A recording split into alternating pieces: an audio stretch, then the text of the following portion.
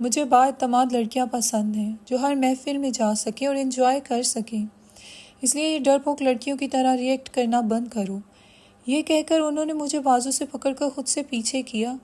میں تو سلیم کا یہ رویہ دیکھ کر حیران رہ گئی تھی۔ میری آنکھوں میں آنسو بھر آئے۔ اس سے پہلے کہ میں رو دیتی، سلیم کا ایک دوست میری جانب بڑھا، کہنے لگا بھابھی آپ کیوں پریشان ہو رہی ہیں؟ میری بیوی بیمار تھی اس لیے وہ افطاری کی دعوت میں نہیں آ سکی، اور باقی سب کنوارے ہیں، بس 1 سال رک جائے، ان سب کی بھی شادیاں ہو جائیں گی تو سب کی بیویاں آ جائیں گی۔ ویسے بھابھی ہم نے آپ کے لیے بہت اچھے کھانے کا اہتمام کیا ہے، چلیں افطاری کا وقت ہونے والا ہے، کھانا بالکل تیار ہے۔ میں سلیم کے ساتھ ٹیبل پر بیٹھ گئی۔ سلیم کے باقی دوست بھی سامنے کرسیوں پر بیٹھ گئے۔ اس کا جو دوست میزبان تھا وہ میری پلیٹ میں مختلف قسم کی ڈشیں ڈال رہا تھا، کہہ رہا تھا بھابھی یہ کھا کر دیکھیے گا، یہ کمال کی ڈش ہے۔ میں نے روزہ افطار کیا تو سچ میں کھانا واقعی بہت لذیذ تھا اور مجھے بھوک بھی بہت لگی تھی، مگر ایک عجیب بات تھی، جیسے جیسے میں کھانا کھا رہی تھی میری آنکھیں نیند سے بند ہونے لگیں۔ کھانا کھاتے کھاتے مجھے لگا میں یہی سو جاؤں گی۔ میں نے خمار آلود نظروں سے سلیم کی طرف دیکھا جو اس وقت مجھے ایک کی بجائے 4 نظر آ رہا تھا۔ میں نے کہا سلیم مجھے گھر لے چلو، مجھے نیند آ رہی ہے۔ وہ کہنے لگا ہاں چلو، یہ کہہ کر جیسے ہی میں اپنی کرسی سے کھڑی ہوئی، لڑکھڑاتے ہوئے میں سلیم کے اوپر گر گئی۔ اس کے بعد مجھے کچھ ہوش نہ رہا۔ صبح جب میری آنکھ کھلی تو میرا سر پوری طرح سے چکرا رہا تھا۔ حیرت کی بات یہ تھی کہ سحری کے وقت سلیم نے مجھے جگایا ہی نہیں تھا۔ میں اپنے کمرے میں موجود تھی، ابھی بھی اسی میکسی میں ملبوس تھی جو اب مجھے اپنے وجود پر بری طرح سے چبھ رہی تھی۔ میں نے بڑی مشکل سے اٹھ کر بیٹھنے کی کوشش کی۔ مجھے لگا جیسے میرا وجود میرا ساتھ نہیں دے رہا۔ میری حالت کچھ ٹھیک نہیں تھی، پتہ نہیں کیوں میں چور چور ہو چکی تھی۔ مجھے اپنے اندر ایک عجیب سی کمزوری سی محسوس ہو رہی تھی۔ میں نے دیکھا تو میرا سارا زیور اترا ہوا تھا۔ یہ دیکھ کر مجھے حیرت ہوئی تھی، میں بھی ٹھیک سے ہوش و حواس میں نہیں آئی تھی کہ جب سلیم کمرے میں داخل ہوئے۔ وہ بہت خوش لگ رہے تھے۔ میں نے کہا سلیم میرے جسم میں بے تحاشا درد ہے۔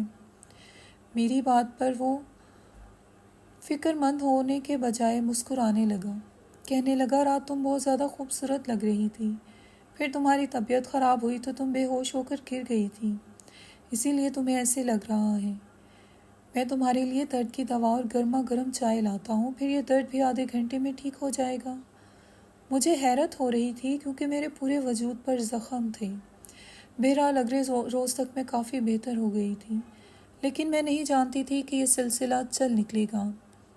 اگلے اتوار کو پھر سے مجھے سلیم نے ایک نئی میکسی لا کر دی، کہنے لگا تیار ہو جاؤ، دوست کے گھر افطار کی دعوت پر جانا ہے، اور پھر اسی دوست کے بنگلے پر مجھے لے گیا۔ اس بار تو اس کے دوست مجھ سے پہلے سے زیادہ بے تکلف ہونے لگے، کہنے لگے بھابھی آپ کے حسن کے تو ہم دیوانے ہو گئے ہیں، سلیم تو بڑا خوش نصیب ہے، اسے آپ جیسی بیوی ملی ہے۔ مجھے سلیم کے دوستوں کے منہ سے ایسی باتیں سن کر بہت بری لگی تھی۔ میں نے غصے سے انہیں گھور کر دیکھا تو وہ ڈھیٹ بن کر ہنسنے لگے۔ میں سوچ چکی تھی کہ گھر جاتے ہی سلیم سے کہوں گی کہ میں آئندہ ان کے گھر نہیں جاؤں گی۔ مجھے مردوں کی اس قسم کی بے تکلفی اور مذاق بالکل پسند نہیں تھا۔ اس بار بھی میرے ساتھ یہی ہوا، جیسے ہی میں نے کھانا کھایا مجھ پر غنودگی سی طاری ہو گئی، پھر میں بے ہوش ہو گئی۔ اگلے روز پھر میرا جسم درد سے چور تھا، لیکن میں نے ایک بات نوٹ کی تھی کہ سلیم بہت خوش تھا، گھر پہ پھل بھی لانے لگا تھا، پیسہ بھی بڑے کھلے ہاتھ سے خرچ کر رہا تھا، حالانکہ اس کی تنخواہ اتنی زیادہ نہ تھی۔ پھر یہ روز روز کی عیاشیاں کیسے ہو رہی تھیں؟ افطاری کے وقت گھر آتے ہوئے وہ روزانہ اچھے ہوٹل سے کھانا ساتھ لاتے تھے۔ مجھ سے کہتے کوئی ضرورت نہیں ہے تمہیں کچن میں اپنا آپ کھپانے کی، تمہارا خوبصورت حسن مانند پڑ جائے گا۔ کبھی کبھی تو مجھے اس کی باتیں بڑی عجیب لگتی تھیں۔ میں نے کہا ہر عورت گھر کے کام کرتی ہے، مجھے بھی اچھا لگتا ہے کہ میں آپ کے لیے کھانا بناؤں۔ کہنے لگے نہیں، تم بس اپنے حسن کا خیال رکھا کرو، تم نہیں جانتی تمہارا حسن میرے لیے کتنی اہمیت رکھتا ہے۔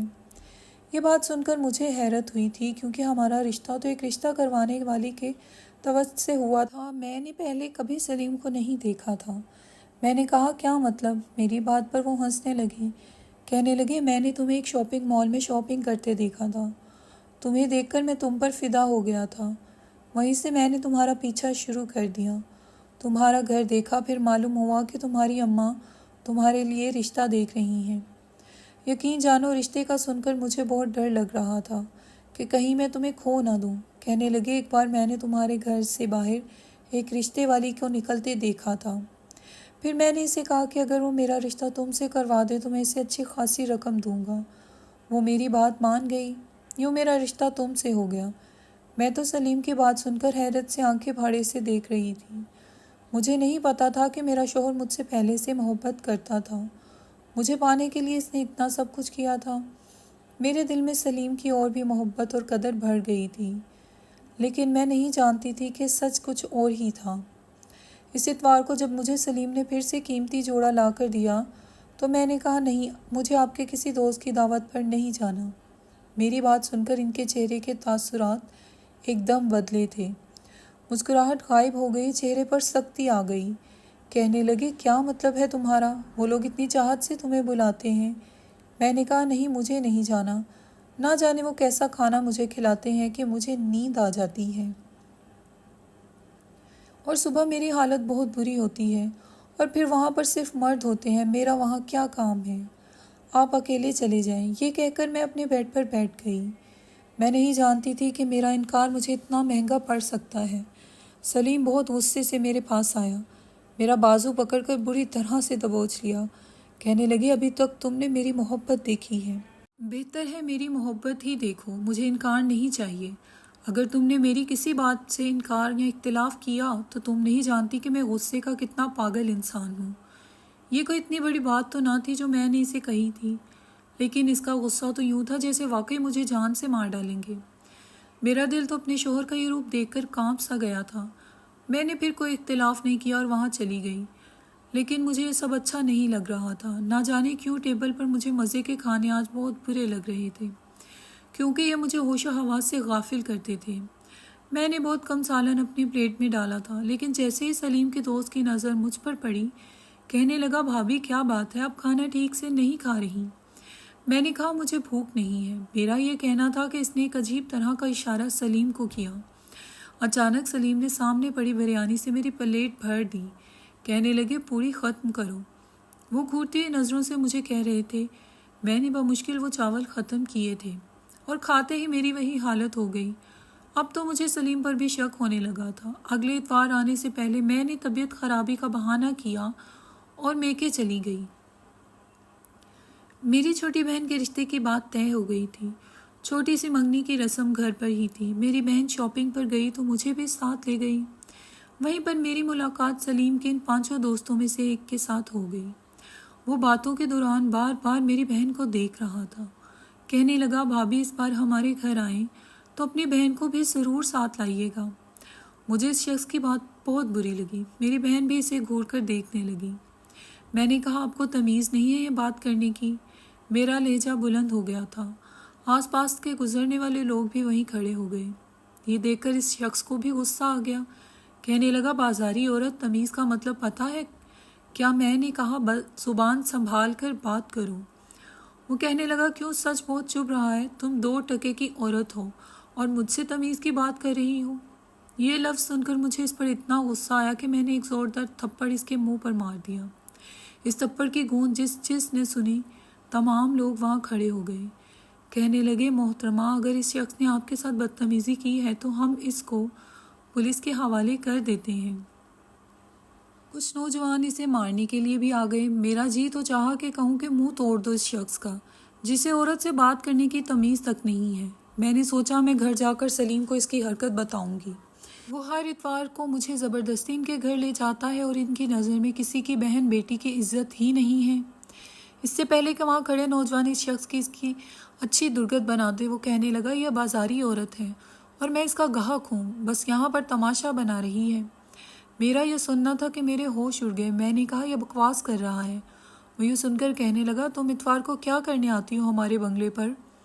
وہ بھی جبکہ تم جانتی ہو وہاں تمہارے علاوہ کوئی عورت نہیں ہوتی۔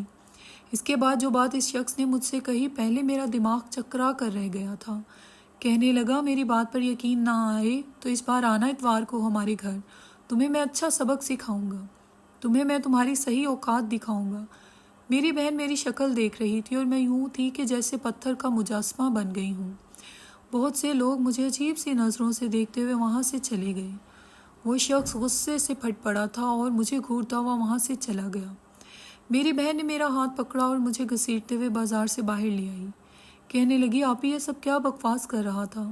میں نے اسے کوئی جواب نہیں دیا۔ میرا تو دماغ چکرا رہا تھا، میرا جی اتنا گھبرا رہا تھا جیسے ابھی میرے دل کو کچھ ہو جائے گا، وہ پھٹ جائے گا۔ مجھ پر عجیب سی بدحواسی طاری ہونے لگی۔ میری بہن میری غیر حالت دیکھ کر مجھے میکے لے گئی، لیکن مجھے وہاں بھی چین نہیں آیا۔ میں فوراً سے اپنے گھر چلی گئی۔ سلیم کا موڈ بہت خراب تھا۔ کہنے لگا، اب اگر تم میکے رہنا ہو تو تم ورکنگ ڈے میں جا کر رہنا۔